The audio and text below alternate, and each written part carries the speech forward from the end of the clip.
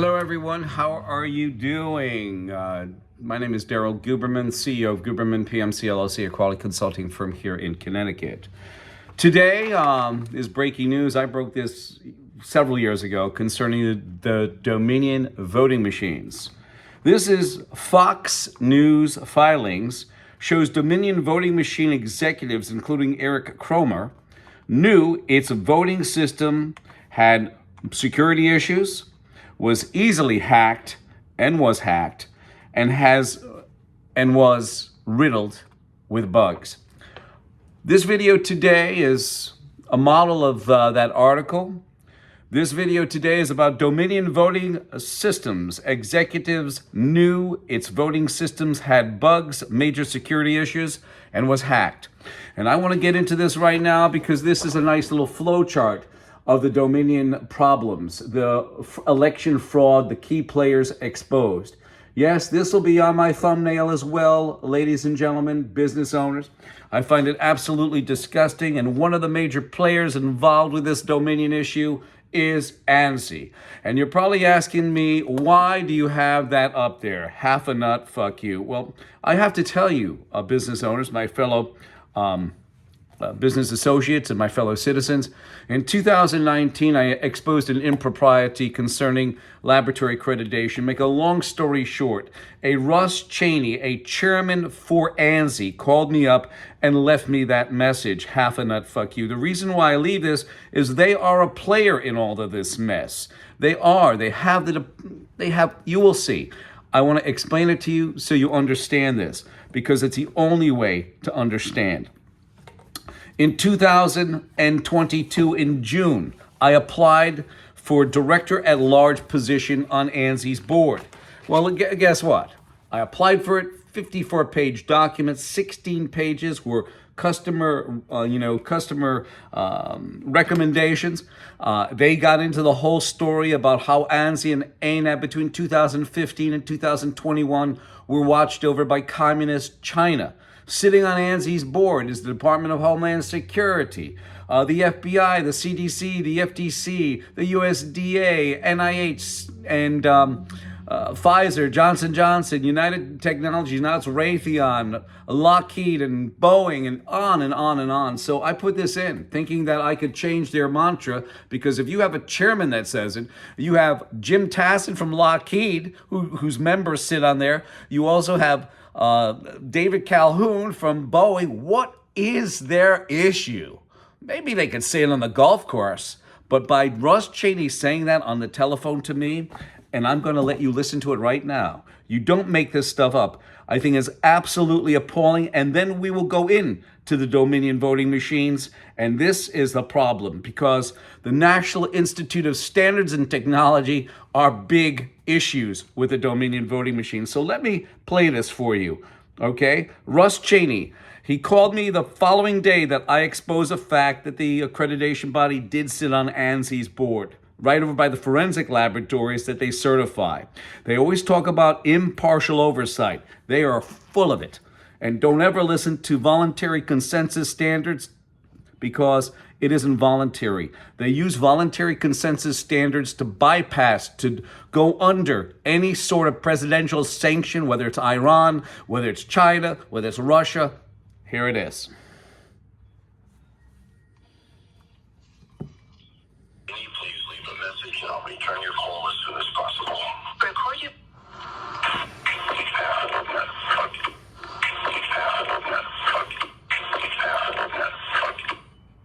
You can't make this up. So guess what? I got a package from ANSI. Joe Batia, the CEO, was on that package, and it was a nice little letter. And the letter stated, congratulations that you're making an attempt to get on the, ANSI's board as the director at large. He also said, here are some links. The links there went to the code of conduct, which Russ Cheney absolutely broke. But the thing about it is that they have major corporations like Lockheed and Boeing and Pfizer and Johnson & Johnson. You have federal agencies that sit on there. What does it say about their ethics? What does it they say about its integrity? So anyway, I had to answer the questions, 9 questions, what Daryl Gillerman can do to ANSI. or for ANSI. We're already doing it to ANSI because they did it to me. The problem is everybody says, Daryl, are you scared that they're going to take you to court? I said, let them, because I will gut them. I will gut them like a nice little fish. Remember Jaws? Instead of license plates getting out of their belly, it'll be tons of cash. So anyway, getting back to this.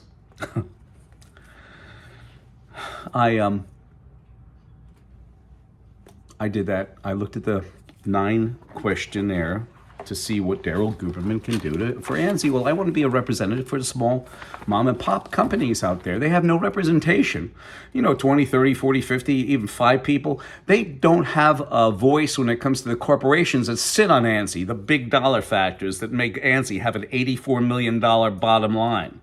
So, and that was, I think, for 2020 or 2021. So at the end of these questions, after I answered them, okay, after I constructed this document, I knew it was before, but I'm telling you this. It said, the committee appreciates your interest in serving in an ANSI leadership position and your willingness to provide us with additional information. Sincerely, Russ Cheney, Chairman of the ANSI 2022 Nomination Committee. And as I know in human mentality, he's not going to pick me because this is their mission statement. We're going to continue on. And we're going to show you about the Dominion voting machines. We're going to show you not only did they know it, but the National Institute of Standards and Technology certified those through the National Laboratory Voluntary Program. You'll see this. Here it goes. ANSI, the American National Standards Institute, is a private, not-for-profit, non-governmental corporation that has federal agencies and corporations on board. Here it goes. In 2015, Randy Dodry, the vice president of ANAB, the chairman of the IAF, and also the principal on the IAF tax form, handed over leadership to this communist Chinese national Zhao Jinwu, who at the time was also the chief executive of the China National Accreditation Services in Beijing, China. He's been involved with our quality since 1994.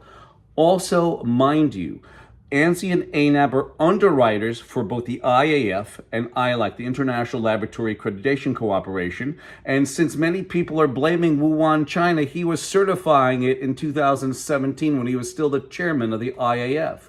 He was standing in the laboratory in Wuhan, standing there giving an ISO 17025 certification for laboratory.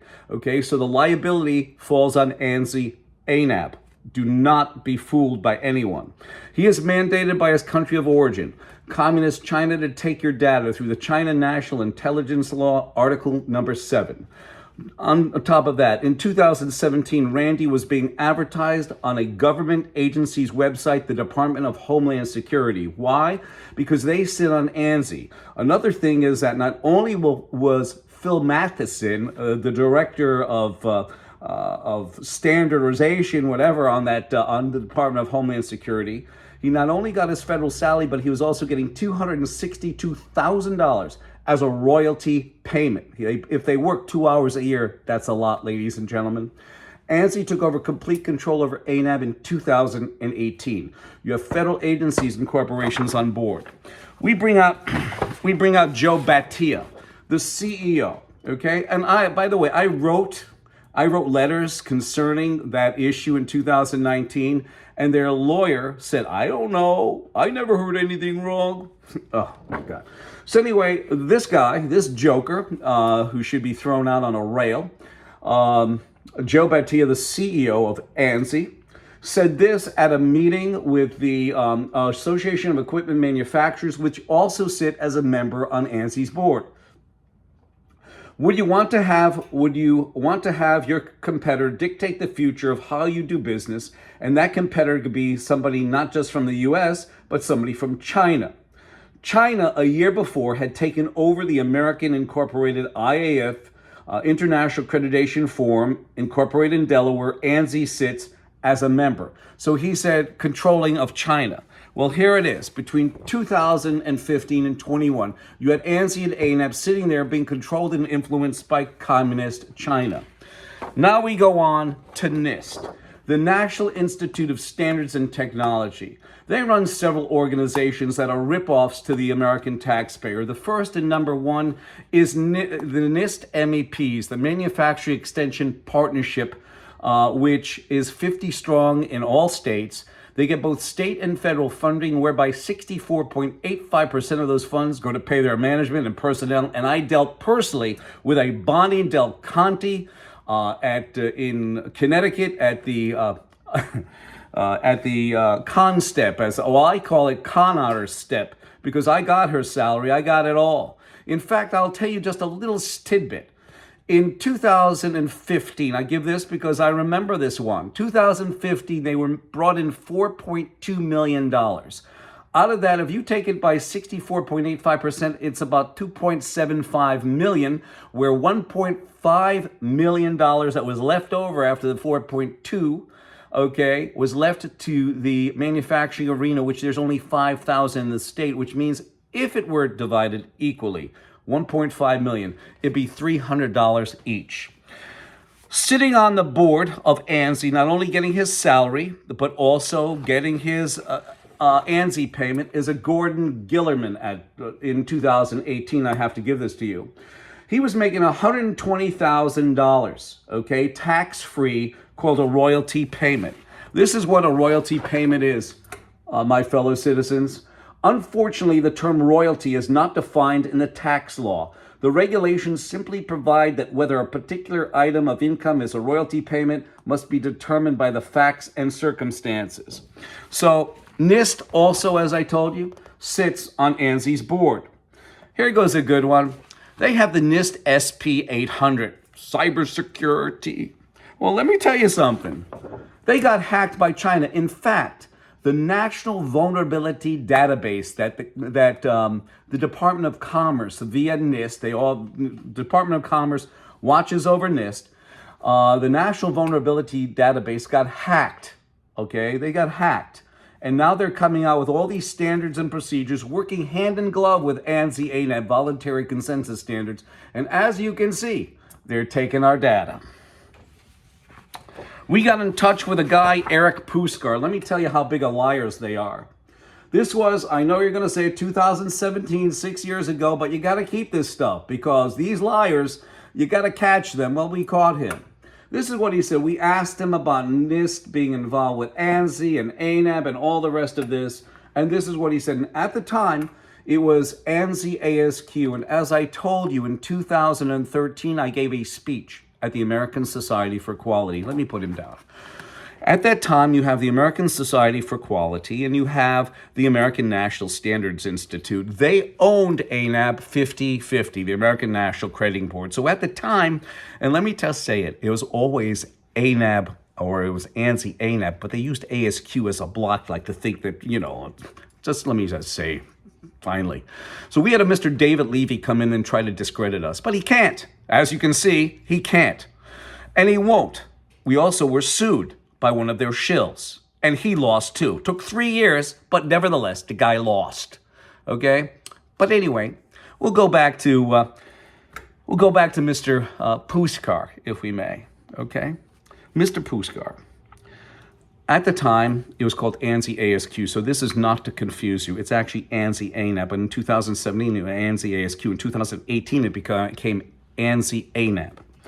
And we asked him about this, and this is what he said. He said, "Dear Mr. Guberman, thank you for your letter regarding ANSI ASQ and ANAB. This is a topic that neither me nor anyone else in our office is currently involved with. As you noted, Miss Martinez, she quit. She got out of there. She used to be the head of the Inter-American Accreditation Cooperation in Lima, Peru. She handed over leadership in 2017 to Randy Dory, and we'll get to Randy in 2 seconds. So Mr. Martinez has retired from NIST and no longer holds a position of the IAAC chair, Eric Puskar. Well, guess what? Mr. Eric Puskar, now this was in June of 2017.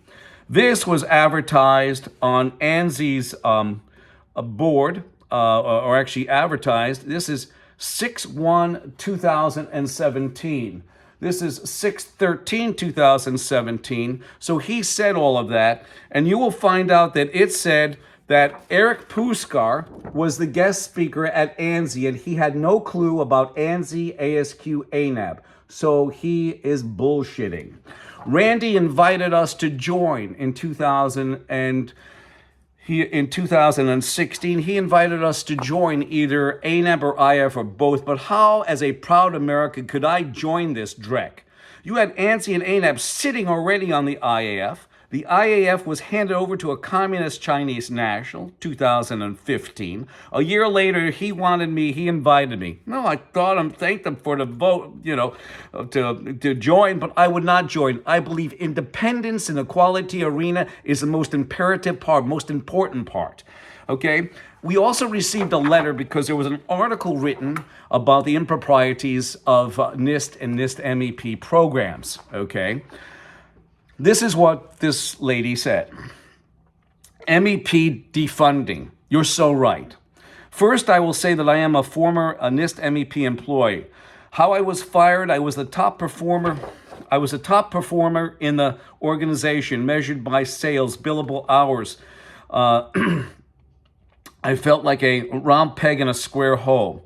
I support you defunding of the MEP system. Besides the unethical behavior you have described, there is so much waste and unethical behavior it was impossible to live with. Many of the manufacturing specialist consultants are less than 25% billable. No firm can operate without funding at this billable rate. I now have my own consulting firm and average 90% billable. I doubt if you can afford to have people working for you at 25%. Number 2, relationships and co-funding of other nonprofit agencies was jokingly called money laundering. NIST MEP would become a sponsor for another nonprofit, give them money, and then they would give us money.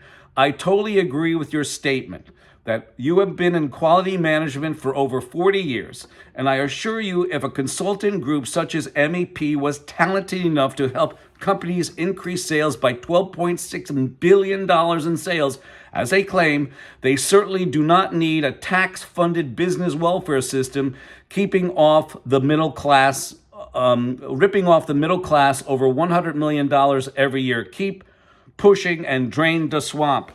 And this shows you an overview, a little map here. You have NIST, well, at the time it was $629 million, now I think it's $1 billion.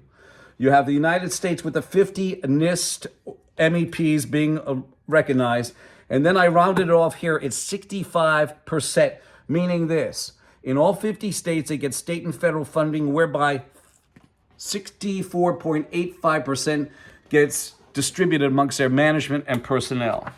As I showed you, here are the key players. There is an organization run by NIST, and that's part of the Department of Commerce. It is the National Institute of Standards, the National Voluntary Lab Accreditation Program.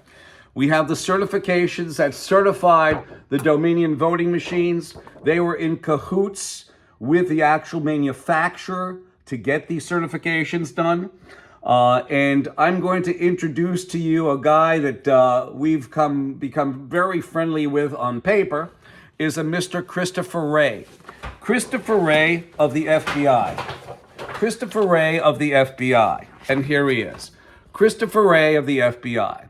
He gave a deposition on November 15, 2022 concerning the TikTok and also concerning China. He says it's detrimental to the well-being of the United States. In fact, the FBI between 2015 and 2021 sat on ANSI being controlled and manipulated by communist China. I have all pertinent documents that show that the FBI and some of their personnel got their personal data, social security numbers, all the rest of that taken. And here he is. Christopher Wray looks professional, all the rest of this. And then he starts talking about China and how bad it is. And this is what he gets dressed in when he gives those depositions. Yes, this over here. And he said, the whole of the Chinese society is a threat to the U.S., and Americans must step up and defend themselves.